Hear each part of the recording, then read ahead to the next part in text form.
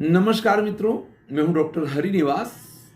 Channel है संस्कृत साहित्य एवं संस्कृति और आप आनंद ले रहे हैं हितोपदेश का।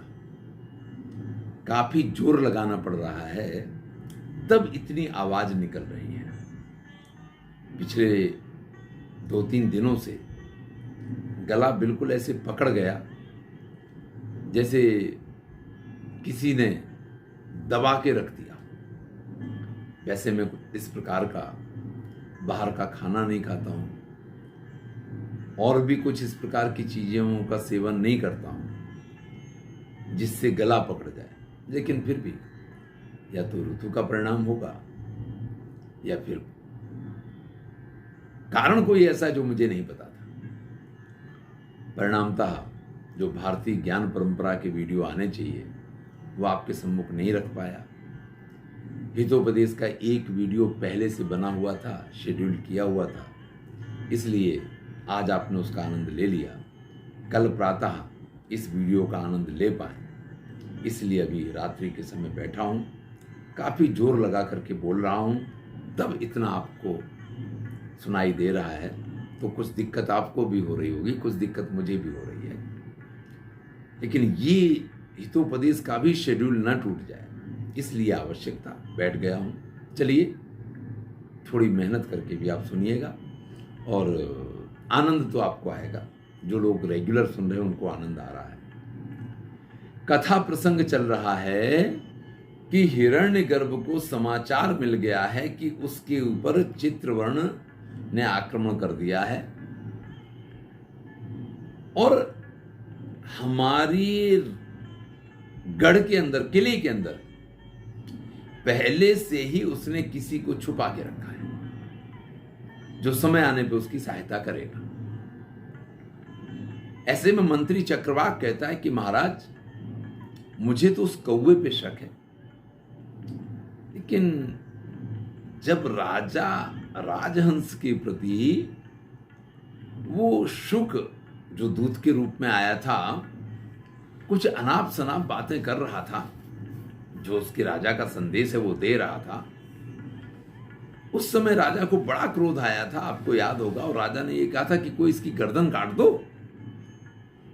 ऐसे में वो कौवा ही सबसे पहले खड़ा हुआ था। उसने ये कहा था कि महाराज, आप कह रहे तो अभी मैं काटे दे रहा हूं, लेकिन उसको रोक लिया गया था। राजा को ऐसा लगा कि उसके अनादर को जो सहन नहीं कर सका वो कभी भी हमारा शत्रु नहीं हो सकता है। इसलिए राजा ये मानने को तैयार नहीं है कि आगंतुक होने के कारण कौवा जो है वो हमारा दुश्मन हो सकता है। बड़ा समझाया है चक्रवाक ने, फिर भी राजा उससे ये कहते हैं कि आगंतुक हमेशा शत्रु ही नहीं होता है। देखिए, हमारे अंदर से आधी व्याधि होती है और बाहर से हम औषधि का ग्रहण करते हैं, तो आगंतुक तो औषधि है। ये व्याधियां तो शरीर के अंदर से, रोग तो शरीर के अंदर से आया है और बाहर से हमने औषधि ली, उसका सेवन किया, परिणाम क्या हुआ कि हम स्वस्थ हो गए। तो जैसे बाहर से आई हुई औषधि शरीर के लिए लाभदायी हुआ करती है, ऐसे बाहर से आए हुए बहुत सारे लोग राजा के लिए लाभदायी हुआ करते हैं। और इस संदर्भ में वो कहता है कि आसीद वीरवरो नाम शूद्र कस्य मही व्रता। शूद्रक नाम के राजा के यहां वीरवर नाम का एक सेवक था। सेवका स्वल्प काले ने साददो सुतमात्मना। उस राजा के कल्याण के लिए थोड़े से समय से ही वो सेवक था, लेकिन फिर भी उसने अपने पुत्र का दान कर दिया राजा के लिए। अब वो चक्रवाक राजा से पूछता है, कथमेतत्, कैसे? सुनाइए, विस्तार से पूरी कथा सुनाइए। राजा कथे थे, राजा कहना शुरू करता है। चलिए, हम आप भी उस कथा को सुनते हैं। अहम पुरा शूद्रकस्य रागना क्रीडा सरसी कर्पूर केली नामनो राजहंसस्य पुत्रा कर्पूर मंजर्या सह अनुरागवान भव। भाई, पुरानी बात है, महाराज शूद्रक के यहां जो क्रीडा सरोवर है, उस क्रीडा सरोवर में कर्पूर केली नाम के राजहंस रहा करते थे और उनकी पुत्री कर्पूर मंजरी जो थी उसके साथ मुझे प्रेम हो गया। अब स्वाभाविक है कि शूद्रक राजा के राजमहल में जो क्रीड़ा सरोवर बना है, वहां रहने वाली किसी राजहंस की पुत्री के साथ अगर प्रेम हुआ है तो रनिवास की बातें तो पता चलती ही रहेंगी। तत्र वीरवरो नाम महाराज पुत्रः कुतश्चित देशाद आगत्य, वहां पे वीरवर नाम का एक महाराज पुत्र, महाराज पुत्र का अर्थ राजकुमार भी होता है, और महाराज पुत्र का अर्थ यहां आप इस प्रकार से देख सकते हैं कि बिल्कुल देदीप्यमान क्षत्रिय जो है, एक क्षत्रिय योद्धा है जो बड़ा ही देदीप्यमान दिखाई देता है, बड़ा ही प्रभावशाली है। राजद्वारम उपगम्य प्रतिहारम उवाच, राज दरबार पे जाकर के प्रतिहारी से, द्वारपाल से, आज की भाषा में कहे तो सिक्योरिटी गार्ड से ये कहता है, अहम तावद वेतनार्थी राजपुत्र। देखो भाई, मैं राजकुमार हूं, मैं क्षत्रिय हूं, लेकिन मैं वेतन यानी नौकरी चाहता हूं जिसमें वेतन मिला करता है, सवैतनिक सेवा करने के लिए तैयार। तो वो राजा के दरबार में पहुंच करके राजकुमार ये कहता है कि देव यदि मया सेवकेन प्रयोजनम अस्ति, अगर आप मुझे अपना सेवक बनाना चाहते हैं, तस्माद वर्तनम क्रियता, तो फिर आप मुझे वचन दीजिए, यानी मैं जो तनख्वाह चाहता हूं, मैं जो वेतन चाहता हूं, उसका आप स्वीकार कीजिए। देखिए, फिर एक बात आती है, नौकरी तो सभी करना चाहते हैं। आजकल तो वो वाक्य सफल रह नहीं गया है कि उत्तम खेती मध्यम वान अधम चाकरी, सेवा धर्मो परम गहनो योगिनाम अपि अगम्या, इस प्रकार की बात की गई थी। लेकिन जब से यूनियन बने, बहुत सारी चीज़ें इस प्रकार से खड़ी हुई, जब से हमें जिसको कहें कि पे प्रोटेक्शन मिला, जब से हमें इस प्रकार की सारी सुविधाएं मिली, तब से फिर नौकरी जो है वो सबसे आराम की चीज़ हो गई। हम कुछ नहीं करें तो भी हमें महीने पे सैलरी तो मिल ही जाएगी, तनख्वाह तो मिल ही जाएगी। चलिए, अब उसने राजा से ये कहा है, राजकुमार ने, कि अगर आप मुझे अपने यहां नौकरी पे रखना चाहते हैं तो मेरा वेतन तय कीजिए। शूद्रकुवाच किमते वर्तनम, भाई आपको कितना वेतन चाहिए? वीरवरो ब्रूते प्रत्यहम सुवर्ण पंचशतानि दे, नित्य प्रति मुझे 500 सुवर्ण मुद्राएं दीजिए। अब देखिए, ये जो है ना, बड़ा ही श्रेष्ठ प्रकार का व्यक्ति है। ये राजकुमार जो है, इसको अपनी क्षमताओं पे इतना विश्वास है। 500 सुवर्ण मुद्राओं का वेतन किसी भी समय में आप इसको कम नहीं मान सकते। और दूसरी बात यह है कि 500 सुवर्ण मुद्राएं अपने वेतन के रूप में मांग कौन सकता है? जिसके पास बड़ी क्षमता होगी और जिसको स्वयं के ऊपर इतना विश्वास होगा कि मैं इस वेतन का बदला अवश्य दे, तो कहता है कि मुझे नित्य प्रति 500 सुवर्ण मुद्राएं चाहिए। राजा काते सामग्री, तो भैया आप काम क्या करोगे? आप क्या कार्य किया करोगे हमारे यहां? आपको 500 सुवर्ण मुद्राएं तो दे दे, काम क्या करोगे? तो वीरवर कहता है, द्वौ बाहु तृतीयस्य खड्गा। देखिए, मेरे पास 2 मेरी भुजाएं हैं और तीसरी मेरी तलवार है, बस यही हमारी सामग्री है। राजा नहीं शक्य, भाई 2 हाथ और 1 तलवार के आधार पे आप हमारी सेवा करके और चाहते हैं कि 500 सुवर्ण मुद्राएं प्रतिदिन आपको दी जाएं? नहीं, ये संभव नहीं है, क्योंकि सिर्फ अपने हाथों और तलवार का बल जो रखता है उसको इतना पेमेंट नहीं दिया जा सकता। तच्छ्रुत्वा वीरवरस्य चलिता, अब ये सुना तो वीरवर वहां से निकल लिया। भैया, हमें जो चाहिए, अगर वो सैलरी आप नहीं दे सकते हैं तो आप क्या नौकरी करना मेरे लिए जरूरी नहीं है, कहीं और जाएंगे। कुछ लोग नौकरी इस प्रकार से करते हैं कि जो मिल गई भैया चुपचाप कर लो, फिर अब दूसरी मिली मिली नहीं मिली। और कुछ लोग इतनी खुमारी से नौकरी करते हैं कि नहीं, जो मुझे चाहिए वही चाहिए और वो मिलेगा तो करेंगे। मुझे आज वो दिन याद आता है जब मैं एमए कर रहा था, तो मैं ये कहा करता था कि अगर पढ़ाना है तो सिर्फ डिग्री कॉलेज में ही पढ़ाना है, किसी स्कूल लेवल पे पढ़ाना नहीं है। और अगर ये जॉब नहीं मिलेगी, ये नौकरी नहीं मिलेगी, नौकरी ही कहना पड़ेगा। गुरु का पद रखता हूं, ये सब कहना तो व्यर्थ है। आप भी जानते हैं कि आजकल के गुरु कितने तनख्वाह के लिए व्याकुल रहते हैं, या वो पैसों के लिए ही इस कार्य में आए होते हैं। और अगर ये नहीं मिला तो लोहा टीन से नमक बेच लेंगे, लेकिन दूसरी कोई नौकरी नहीं करेंगे। यानी या तो फिर व्यवसाय करेंगे, नहीं नौकरी नहीं करेंगे दूसरी। ये जब एमए किया करता था तब इस प्रकार का निर्णय था। और भगवान जिसके साथ होता है ना, उसको अपने जीवन में कभी भी कोई समस्या होती नहीं। और मेरे साथ भी, मैं बड़ा सौभाग्यशाली मानता हूं उसको।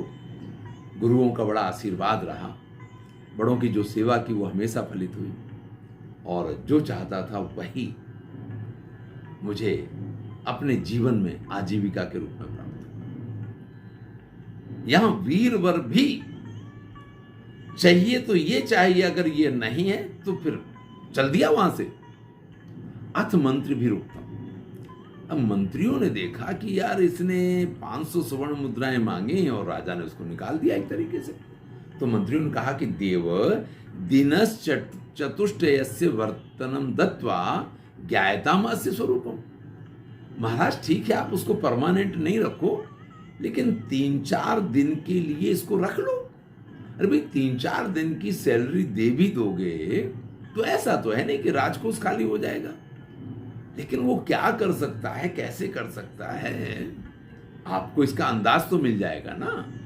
तो किसी व्यक्ति के गुणों को बिना जाने बिना परखे उसको निकाल देने से अच्छा है कि आपको शायद लगे कि ये थोड़ा महंगा है, लेकिन अगर श्रेष्ठ है तो भैया हीरा ही महंगा होता है। बाकी पत्थर तो बहुत मिलते हैं, लेकिन हीरा लेने जाओगे तो उसका मूल्य तो देना पड़ेगा ना। राजा को भी मंत्रियों की ये बात अच्छी लगी। किम उपयुक्तो अयम एतावद वर्तनम गृहणात अनुपयुक्तो वेति। हम 4 दिन की तनख्वाह में ये जान जाएंगे कि ये हमारे लिए उपयोगी है या अनुपयोगी है। यानी 500 स्वर्ण मुद्राएं जो इसने मांगी है उसके लिए योग्य है या अयोग्य है। अगर योग्य है तो आप इसको रखोगे ही रखोगे, और अगर वो अयोग्य है तो हमें नौकरी में से निकालने में कितनी देर लगती है। कोई पे प्रोटेक्शन थोड़ी ले रखा है आजकल की तरीके से। तो राजा को भी ये बात अच्छी लगी। ततो मंत्री वचनाद आहूय वीरवराय तांबूलम दत्वा 500 सुवर्णानि दत्तानि। भैया वीरवर को वापस बुला लिया गया, वो तो निकल लिए थे बाहर। कहा गया प्रतिहारी से कि वापस भेजो, वापस आए, पान दिया गया। देखिए ये मान पान और सम्मान, ये श्रेष्ठ लोग कहीं भी जाएं उनको प्राप्त हो जाता है। और सामान्य लोग इसके लिए तड़पते रहते हैं, तरसते रहते हैं, लेकिन उनको ये नहीं मिलता है। अब वीरवर को बुलाया गया, सबसे पहले उसको तांबूल दिया गया है, क्योंकि हमारे यहाँ ये एक सम्मान का प्रतीक माना जाता था। और पान खिलाने के बाद वो शूद्रक नाम का राजा 500 स्वर्ण मुद्राएं देता है। ये रहा आपका आज का वेतन, आप काम पे लग जाइए। तद विनियोगस्य रागना सुनिभृतम निरूपिता। और फिर राजा ने, भाई 500 स्वर्ण मुद्राओं का करता क्या है, ये जानने की इच्छा हुई। तो छुपके देखने निकल पड़े। तो क्या देखते हैं कि वो वीरवर जो है, तद अर्धम वीरवरेण देवेभ्यो ब्राह्मणेभ्यो दत्तम। 500 में से 250 स्वर्ण मुद्राएं तो उसने कहीं मंदिर में, कहीं किसी ब्राह्मण को दान में दे दी। स्थितस्य अर्धम दुःखितेभ्यः तद अवशिष्टम भोज्य व्यय विलास व्ययेन। अब जो आधा बचा उसका आधा भाग उसने दुखी, गरीब इन लोगों में दे दिया, और बाकी का जो 1/4 बचा उसको उसने अपने व्यय के लिए रखा, अपनी विलासिता वगैरह के लिए रखा। एतत् सर्वं नित्य कृत्यम कृत्वा राजद्वार अहर्निशम खड्गपाणि से। अब डेली उसको 500 स्वर्ण मुद्राएं मिलती हैं, और इतनी प्रक्रिया करके और फिर राजा के बस दरवाजे पे हाथ में खुली हुई तलवार है और बिल्कुल मुस्तैद द्वारपाल के रूप में खड़ा रहता है। यदा च राजा स्वयं समाधिसति तदा स्वगृहम अपि आति। जब राजा खुद उससे कहता है कि भैया अब जाओ अपने घर, रात हो गई है, तभी वो वहां से जाता, नहीं तो बिल्कुल राजा की सेवा में एकदम खड़े पैर तत्पर। अथ एकदा कृष्ण चतुर्दश्याम रात्रौ राजा सकरुणम क्रंदन ध्वनिम शुश्राव। अब एक बार की बात है कि कृष्ण चतुर्दशी, देखिए हमारे यहां दिवाली से पहले, जिसको नरक चौदस भी बोला जाता है, जिसको काली चौदस भी बोला जाता है, बहुत सारे इसके नाम हैं, यहां उसी कृष्ण चतुर्दशी की बात चल रही है। राजा ने सकरुणम क्रंदन ध्वनिम शुश्राव, किसी स्त्री की अत्यंत करुणापूर्वक रोते हुए आवाज सुनी। अब शूद्रक ने पूछा, कोत्र द्वारी, अरे भाई यहां दरवाजे पे कौन है? अब वीरवर तुरंत उपस्थित हो गया। देव अहम वीरवरा, देव मैं वीरवर यहां हूं। राजोवाच क्रंदनानुसरणम क्रियताम, भाई ये रोने की आवाज कहां से आ रही है, जरा जाकर के देखो तो इसको। वीरवर कहता है, यथाज्ञा पेति देवा, महाराज जो आपकी आज्ञा। इतना कह के वहां से निकल लेता है। रागना चिंतितम, अब राजा ने विचार किया, नहीं तदुचितम, भाई ये ठीक नहीं है। अयम एकाकी राजपुत्रो मया सूची भेद्ये तमसी प्रेरिता, अरे मैंने इस अकेले राजकुमार को, और जहां अंधकार इतना अधिक है, जिसको सूची भेद्य कहा जाता है, इस प्रकार का अंधकार है। भाई चतुर्दशी की रात है, अमावस तो अमावस्या आ जाएगी, तो फिर तो बिल्कुल ही, और यहां तो कहीं प्रातः काल जाकर के वो थोड़ा सा चांद दिखाई देना है कृष्ण पक्ष में। तो राजा के मन में विचार आया, ये मैंने योग्य नहीं किया कि इसको अकेले मैंने भेजा। तो खुद भी अपने हाथ में तलवार लेते हैं और उस राजपुत्र का अनुसरण करते करते उसके पीछे पीछे चलने लग जाते हैं।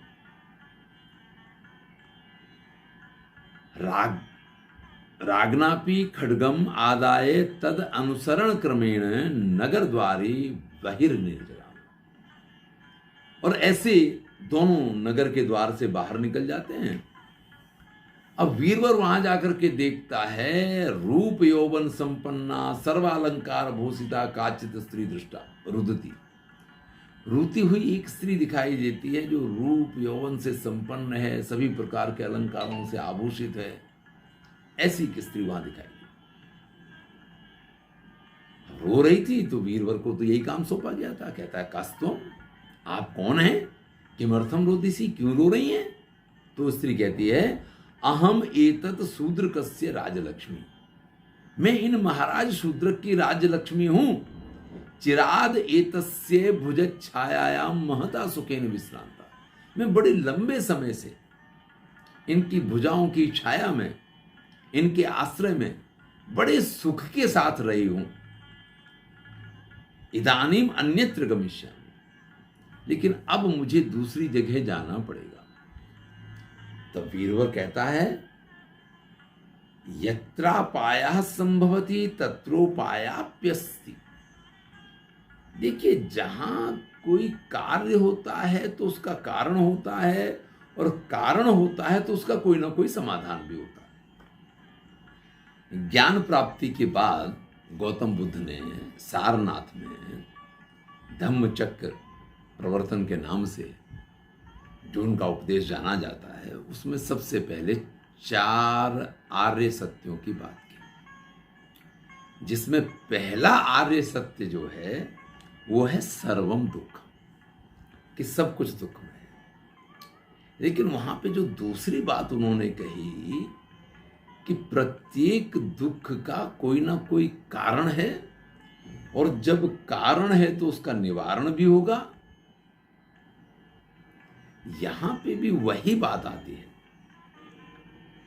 उस सुंदरी स्त्री से जो शूद्रक के राज्य की राजलक्ष्मी है, उसने जब कहा कि मैं यहां से जा रही हूं, अन्यत्र जा रही हूं, तो ये वीरवर उससे पूछता है, तत्कथम स्यात् पुनर्इहावलंबनम भवत्या, आप मुझे बताओ कि आप यहीं बनी रहें, ऐसा कैसे संभव है। लक्ष्मी रुवाच यदि त्वम आत्मनः पुत्रम शक्तिधरम द्वात्रिंशत् लक्षणोपेतम भगवत्या सर्वमंगलाया उपहारी करोसि तदा हम पुनरत्र सुचिरम निविशा। तो वीरवर से कहती है कि उपाय आपके हाथ में है, इसका उपाय बिल्कुल आपके हाथ में है, क्योंकि आपका जो पुत्र शक्तिधर है वो 32 लक्षणों से युक्त है। देखिए, 32 लक्षणों से युक्त राजकुमार का पुत्र हो तो हमेशा वो चक्रवर्ती सम्राट बनने के गुण रखता है, ये आप मान लीजिए। हमारे यहां ये बात विक्रमादित्य के लिए भी कही जाती है और ये बात राजा भोज के लिए भी कही जाती है। तो यहां जब राजलक्ष्मी ये कह रही है कि तुम्हारा पुत्र शक्तिधर जो है वो 32 लक्षणों से युक्त है, तो उसका एक अर्थ शक्तिधर भविष्य का चक्रवर्ती सम्राट है, ये भी प्राप्त होता है वीरवर को उसकी बात से। अब कहती क्या है कि जो तुम्हारा पुत्र शक्तिधर 32 लक्षणों से युक्त है, भगवती सर्वमंगला को उसका उपहार अगर आप दे दें, यानी अगर उसकी बलि चढ़ा दें, तो आप ये मान लीजिए कि फिर मैं यहां से कहीं नहीं जाऊंगी, हमेशा इस राजा के दरबार में ही रहूंगी। कथानक कुछ अधिक ही लंबा है। अगर पूरी कथा का अच्छी तरीके से आनंद लेना है तो हमें दूसरे वीडियो तक इंतजार करना ही पड़ेगा। तो बाकी की कथा हम अगले वीडियो में देखेंगे। मैं हूं डॉक्टर हरिनिवास और आप आनंद ले रहे हैं हितोपदेश का। धन्यवाद।